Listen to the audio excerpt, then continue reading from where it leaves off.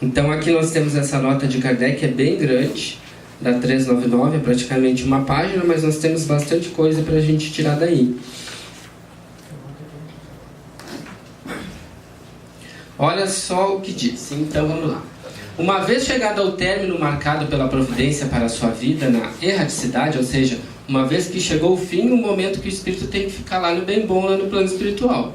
Digamos que seja bem bom, né? Porque nem sempre é bem bom, né?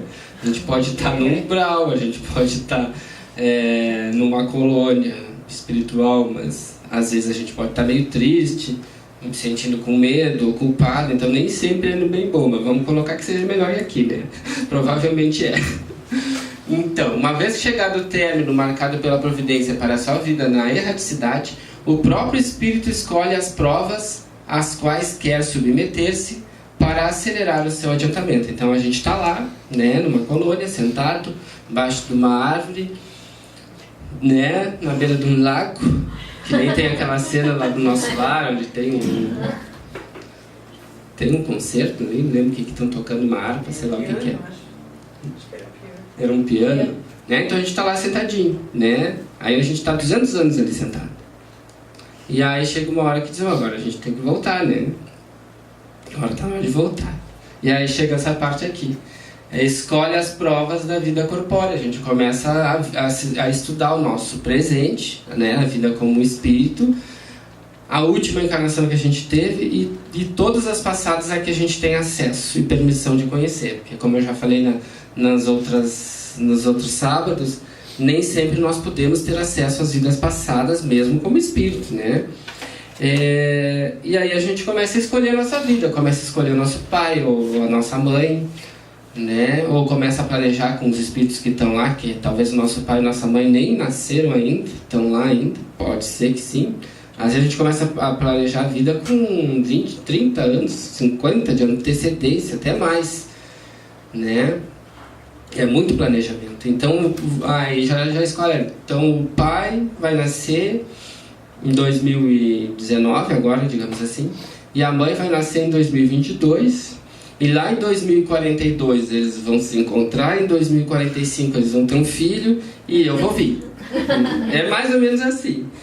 Então, nessa época, a gente começa a escolher, né? Do que eu quero, o que eu vou ser, o que eu preciso ser. Bom, eu sou uma pessoa que preciso ajudar muito, eu quero ajudar porque eu fiz muita coisa errada na outra vida. Bom, qual é a profissão que me daria esse tipo de coisa, né?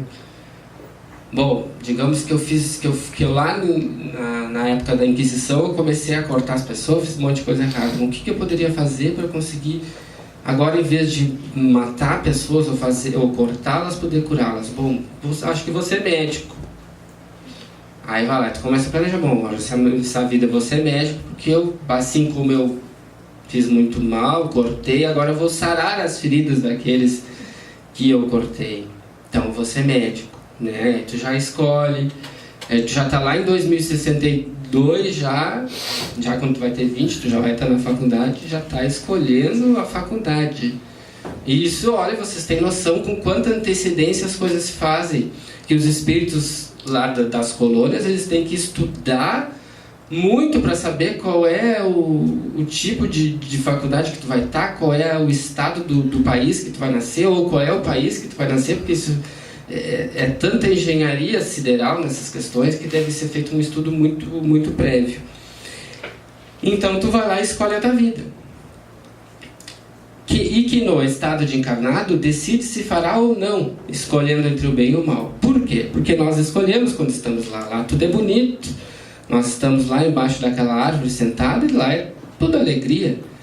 Só que quando a gente encarna, as coisas se nublam, né? O passado a gente esquece completamente. A gente começa a ter aquela intuição daquilo que a gente escolheu ser. E aí o livre-arbítrio está sempre atuante, porque a gente pode ter escolhido ser médico e ir para a faculdade aos 20.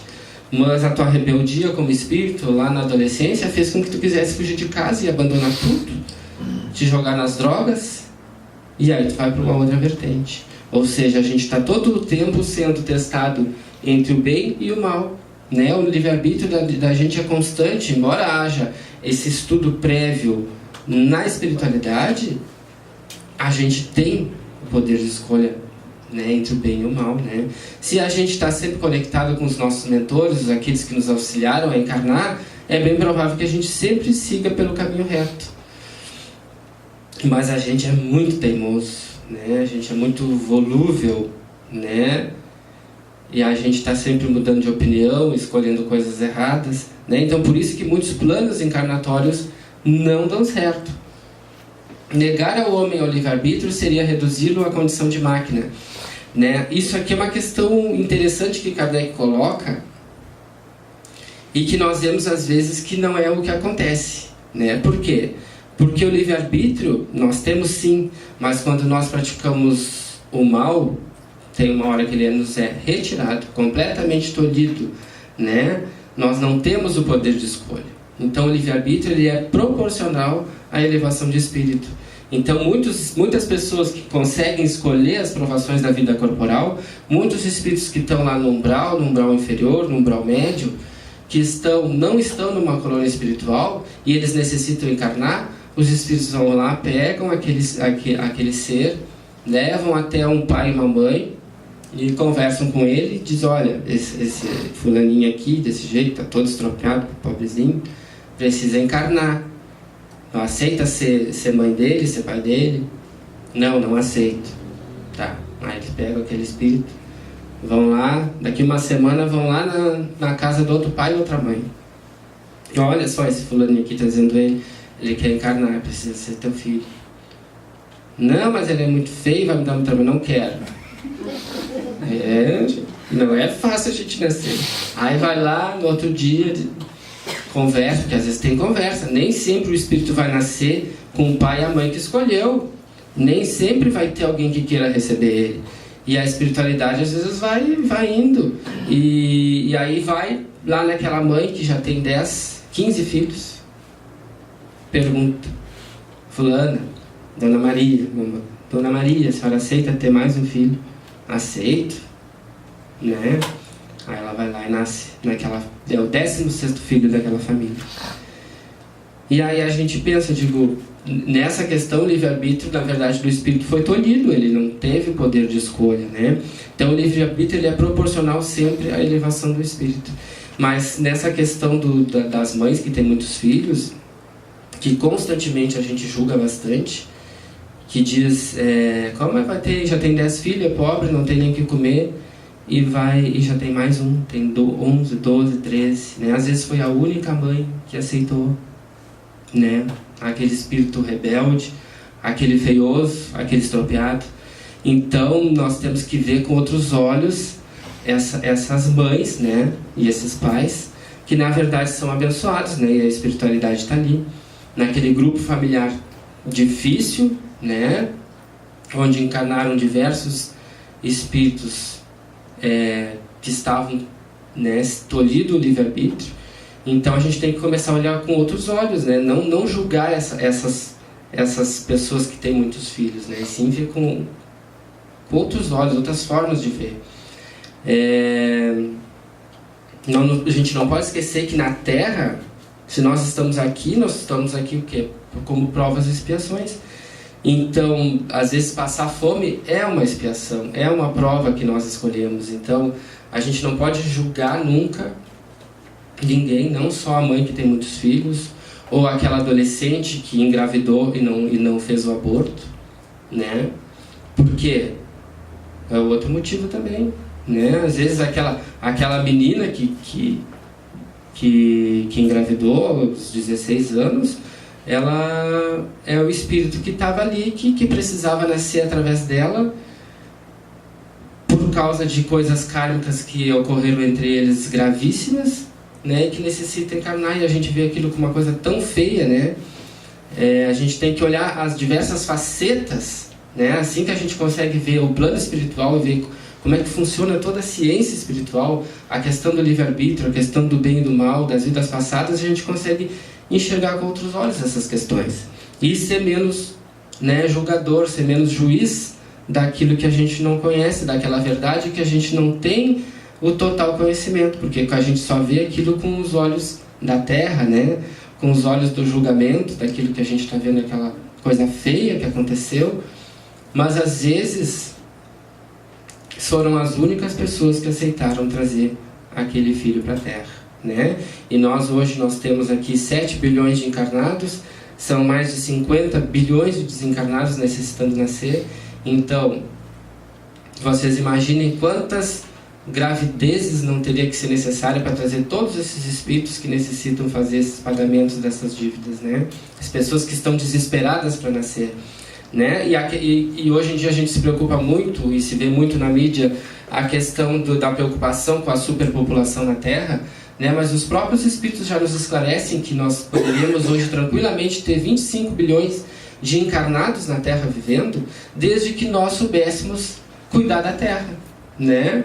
Se nós não fôssemos tão egoístas a ponto de querer tudo para nós, a querer a expansão desenfreada da industrialização, poluindo a Terra completamente, a gente teria muito mais espaço para as pessoas novas que virão, né? E a espiritualidade tem completo controle disso, completo controle do nascimento. Então esse tipo de questão não tem que ser o centro da nossa preocupação como alma, né? A gente tem que dar uma visão mais extrafísica, né? Daquilo, da realidade. Então aqui, ao retornar à vida corpórea, o espírito perde momentaneamente a lembrança de suas existências anteriores, como se um véu as encobrisse, né? A gente perde a lembrança momentaneamente, como diz, né? A gente estava do lado de lá, lembrando mais ou menos do que a gente foi em vidas passadas, encarnou e esqueceu. Voltou para lá, lembrou de novo, tá? Mas eu já falei isso nas semanas passadas, que essa lembrança demora, né? Relativa à volta dela.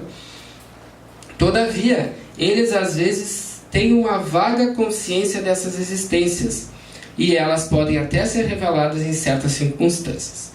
Mas isso só acontece pela vontade de espíritos superiores, que o fazem espontaneamente e com um objetivo útil, e jamais para satisfazer uma vã curiosidade, né? Satisfazer a curiosidade por eu quero ser o que eu fui vida passada, isso é muito perigoso. É aquilo que eu estava falando das terapias de vidas passadas, gente.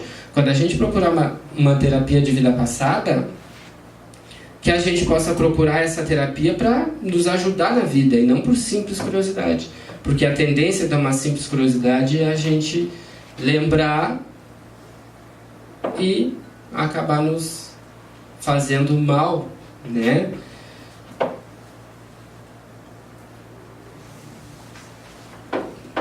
Porque quando a gente não conhece a espiritualidade, a gente acha sempre que foi bonito, né? Sempre acha que foi bonito em vida passada.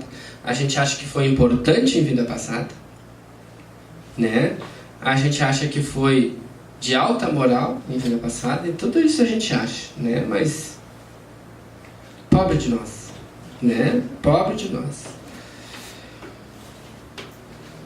As existências futuras não podem ser reveladas em caso algum, porque dependendo da maneira como se realiza a existência presente e da escolha posterior do espírito.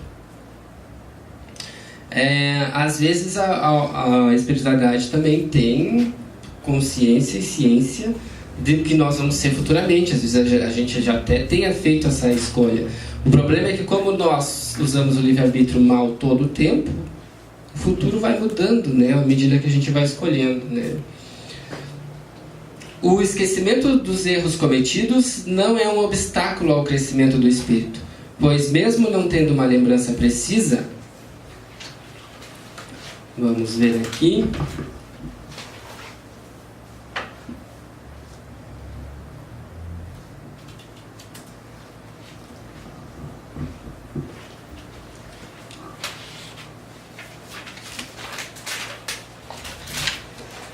pois mesmo não tendo uma lembrança precisa, o conhecimento que possuía na erradicidade e o desejo expresso de repará-los guiam-no por intuição, né? Nós temos a intuição daquilo que é certo e errado. Por isso que nós não temos que nos preocupar em saber exatamente aquilo que fomos. E lhes dão a convicção de resistir ao mal. Essa convicção é a voz da consciência, a qual é auxiliada pelos espíritos que o assistem, se ele escuta as boas inspirações que lhe sugerem, né? Então, quando nós fizemos o bem, nós estamos conectados sempre com os bons espíritos.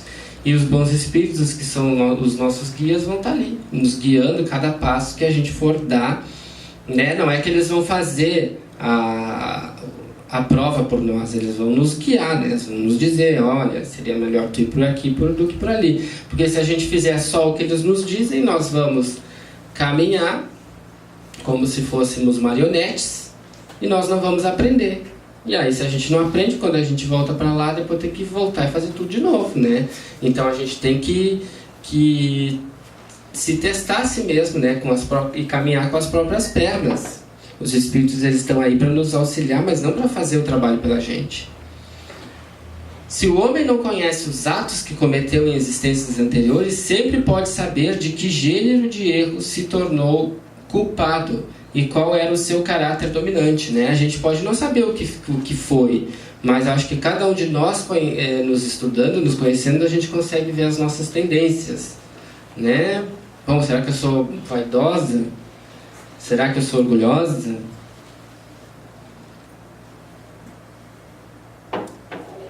Será que eu tenho vergonha de não ter dinheiro? Não, se eu tenho vergonha de ter dinheiro, que não ter dinheiro, será que eu fui rica e era muito vaidosa por ser rica e hoje eu tenho vergonha de não ter? E a gente vai estudando essas questões, quer dizer, a gente não sabe exatamente o que foi, mas através dessas tendências a gente começa a estudar nós mesmos.